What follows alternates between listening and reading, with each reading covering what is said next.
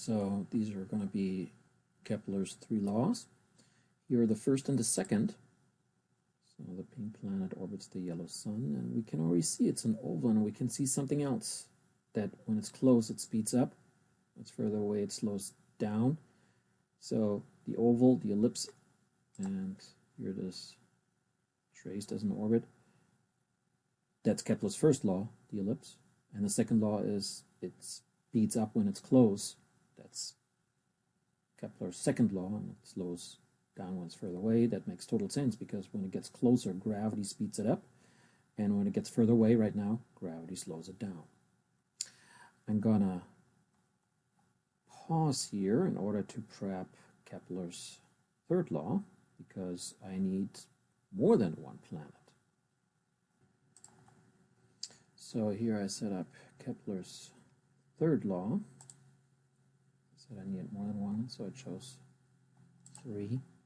Let's do it without the traces first, and we can see obviously the innermost planet is orbiting the fastest, and the outermost planet, the green one, is orbiting the slowest.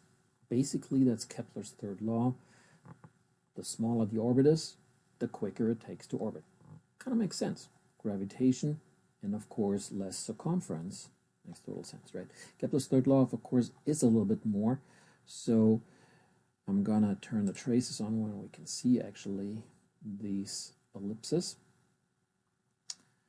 And then when I put a tape measure here, and we were to measure, in this case, the major axis divided by 2 to get the semi-major axis for this one, and the semi-major axis for this orbit, and then the other one, and then we time it accurately how long each takes to orbit, then it's not going to be a one-to-one relationship between the size, the semi-major axis, and the time that it takes to orbit zone, but it's going to be the cube of the semi-major axis versus the square of the time that it takes to orbit.